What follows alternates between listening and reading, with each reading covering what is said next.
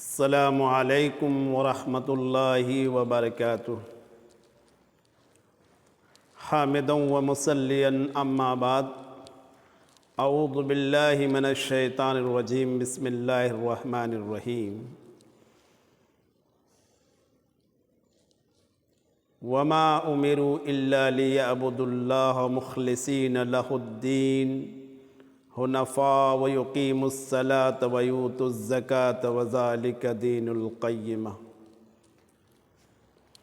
رب اشرح لی صدری ویسر لی امری واحلل عقدۃ من لسانی یفقہوا قولی۔ رب زدنی علما، رب زدنی علما، اللہم رب زدنی علما۔ عزیز طلبہ،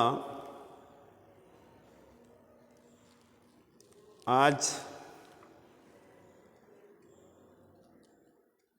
یہ پہلا درس ہے، پہلا محاضرہ ہے۔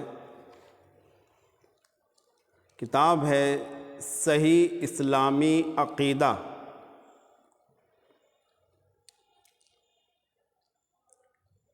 جب صحیح اسلامی عقیدہ اس کتاب کے اوپر ہم غور کرتے ہیں تو کئی باتیں ذہن میں آتی ہے اور باتیں کئی طرح کا ٹکراتے رہتی ہے۔ کیوں کہ اسلام خود ایک مکمل دین ہے جو اللہ کے نزدیک پسندیدہ دین ہے۔ اللہ رب العالمین نے ارشاد فرمایا، ان الدین عند اللہ الاسلام۔ اللہ کے نزدیک پسندیدہ دین اگر کوئی دین ہے تو اسلام ہے۔ اسلام ایک سلامتی والا مذہب ہے اور مکمل دین ہے۔ پھر اس میں ایک لفظ کو، ایک الفاظ کو صحیح لگانے کی ضرورت کیوں پڑی؟ طلبہ اس بات کو آپ سمجھیں گے غور سے۔ صرف یہ کہہ دیتے اسلامی عقیدہ کافی تھا۔ صحیح اسلامی عقیدہ کہنے کی یا اس میں لکھنے کی کیا ضرورت پڑی؟ تو میں واضح کر دینا چاہتا ہوں، طلبہ غور سے سنیں گے۔ صحیح اسلامی عقیدہ لگانے کی ضرورت اس لیے پڑی کہ اس امت میں اگلی امت کے طرح لوگوں نے دین میں غلو کرنا شروع کر دیا ہے، اضافہ کرنا شروع کر لیا، کمی بیشی کرنا شروع کر دیا ہے۔ اس لیے صحیح اسلامی عقیدہ کی ضرورت پڑی، یعنی صحیح لانے کی، جبکہ اسلام کے دعوے دار وہ بھی ہیں اور اسلام کے دعوے دار ہم لوگ بھی ہیں۔ اب صحیح عقیدہ کا ماخذ کیا ہے؟ قرآن اور سنت، اللہ کی کتاب، محمد رسول اللہ صلی اللہ علیہ وسلم کی سنت۔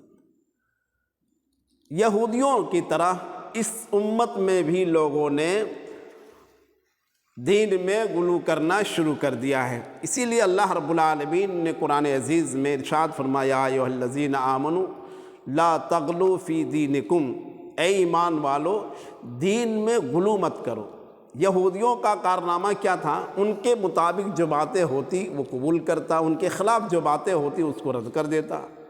قرآن عزیز میں ان کا وہ طریقہ، وہ سلیقہ، وہ وتیرہ ان لوگوں کا ذکر کیا ہے۔ افتؤمنون ببعض الکتاب وتکفرون ببعض۔ ان لوگوں سے پوچھا گیا کہ کیا تم کتاب کے بعض حصے کو مانتے اور بعض حصے سے انکار کرتے ہو؟ لہذا اس لیے اس کتاب کا نام صحیح اسلامی عقیدہ رکھا گیا ہے۔ یہاں تک یہ بات واضح ہوگی طلبہ۔ صحیح لگانے کی ضرورت اس لیے پڑی کہ اس دین میں بھی لوگوں نے غلو کیا ہے، بدعت کو نکال کر کے دین کا ایک رکن بنایا ہے، دین میں شامل کیا ہے، دین کا ایک جز بنا دیا ہے۔ اس لیے صحیح اسلامی عقیدے کی ضرورت پڑی ہے۔ اب آئیے طلبہ اعزام، آپ اس کتاب کے تعلق سے ایک اور بات سمجھیں کتاب کے شروع میں لکھا ہوا ہے نواقض توحید و ایمان اور ان کے کمال کے منافی امور۔ پھر نیچے لکھا ہے سب سے شروع میں جو باتیں آئے گی وہ ناقض اول وہ کفر ہے، ناقض اول کفر ہے۔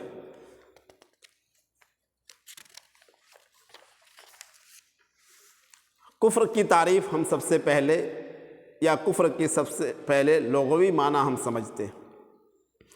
کفر لغت میں ڈھانپنے اور چھپانے کو کہتے، شریعت میں ایمان کی ضد کو کفر کہتے ہیں، اور اس کفر کے دو انواع ہیں۔ کفر کے دو انواع ہیں۔ نوع اول کفر اکبر، یہ دین سے خارج کر دیتا ہے اور جہنم میں ہمیشہ رہنے کا موجب قرار دیتا ہے۔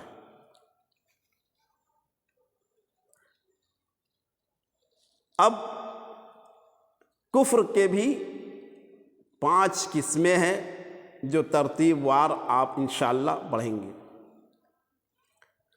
کفر کی 5 قسمیں جو ترتیب وار آپ پڑھیں گے۔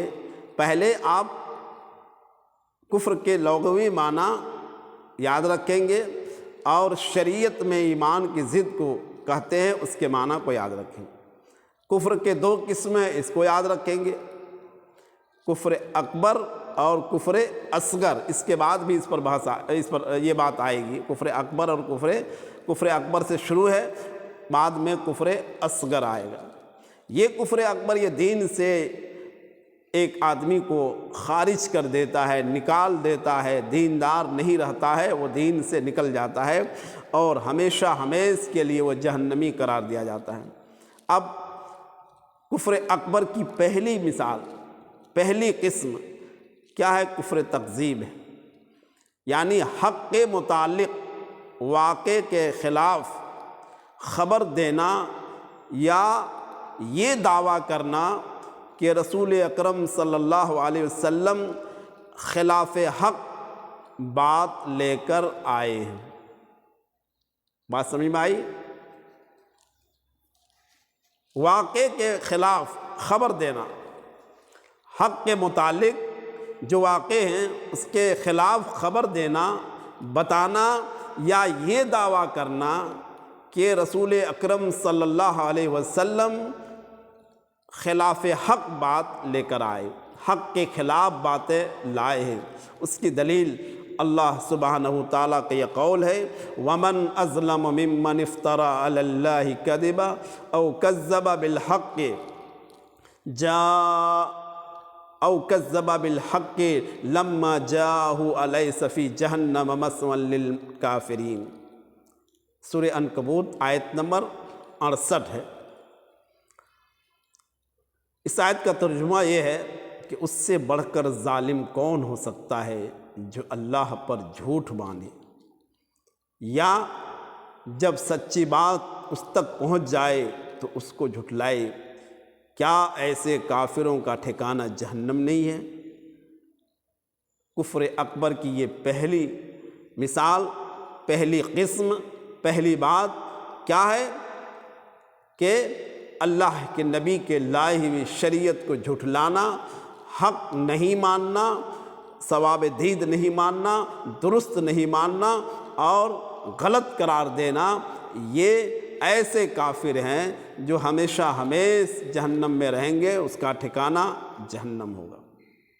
یہ کفر اکبر کی پہلی قسم ہے، کفر تکذیب۔ اس کو کیا کہیں گے؟ کفر تکذیب، یعنی اللہ کی طرف سے آئی ہوئی باتوں کا انکار کرنا، محمد رسول اللہ صلی اللہ علیہ وسلم جو لے کر آئے ہیں وحی الہی کو، وہ ان باتوں کا انکار کرنا، کیونکہ اللہ کے نبی صلی اللہ علیہ وسلم اس وقت تک نہیں بولتے تھے جب تک آپ کے پاس اللہ کے طرف سے وحی نہیں آتی تھی۔ قرآن نے فرمایا وَمَا يَنْطِقُ عَنِ الْهَوَىٰ إِنْ هُوَ إِلَّا وَحْيٌ يُوحَىٰ، کہ آپ اس وقت تک نہیں بولتے جب تک آپ کے پاس کوئی وحی نہیں آتی۔ آپ کی وحی کی 2 قسمیں، ایک بات کو سمجھ لینا طلبہ، وحی کی 2 قسمیں ہیں۔ وحی جلی اور وحی خفی۔ وحی جلی جو قرآن کی شکل میں ہمارے پاس موجود کتاب ہے قرآن مقدس، اور وحی خفی جو حدیث کی شکل میں ہمارے پاس احادیث صحیحہ جو موجود ہیں وہ ہے۔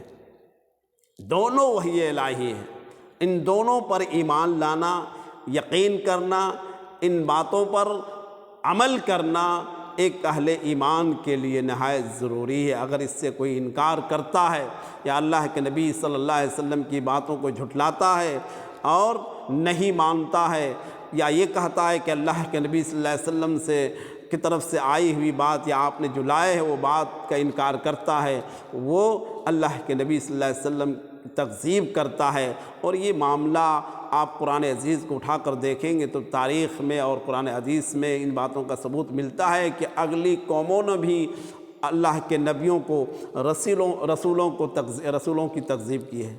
اللہ کے گزشتہ سابقہ انبیاء کرام کی تکذیب ان کی قوم نے کیا ہے۔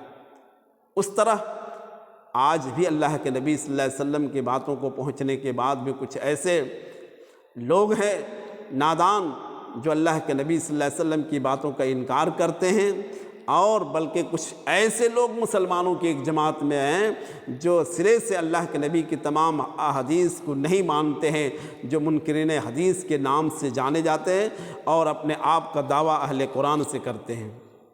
نعوذ باللہ من ذالک، اللہ کے نبی کی حدیث کے بغیر ہم قرآن کو نہ سمجھ پائیں گے، نہ قرآن پر ہم عمل کر پائیں گے۔ لہذا طلبہ اس بات کو یاد رکھیں کہ اس کتاب میں سب سے پہلا جو سبق ہمارے آپ کا ہے وہ ناقض اول میں کفر ہے، یعنی ہم کفر کے تعلق سے یہاں بحث کر رہے ہیں۔ اللہ سے دعا ہے کہ اللہ تعالی ہم تمام لوگوں کو قرآن و سنت پر عمل کرنے کی توفیق عطا فرمائے، اور جب تک زندہ رکھے اسلام پر خاتمہ ہو، اسلام جب تک ہمیں زندہ رکھے رب العالمین ایمان کی حالت میں زندہ رکھے، ہمارا خاتمہ ہو تو ایمان کی حالت میں ہمارا خاتمہ ہو، اور رب العالمین ہمارے اندر یا ہمارے معاشرے میں یا مسلمانوں میں جو غلط عقائد سرائد کر گئے ہیں داخل ہو چکے ہیں، رب العالمین ان غلط عقائد سے ہم تمام مسلمانوں کو بچائے اور خالص قرآن و سنت پر ہمیں عمل کرنے کی توفیق عطا فرمائے۔ السلام علیکم ورحمۃ اللہ وبرکاتہ۔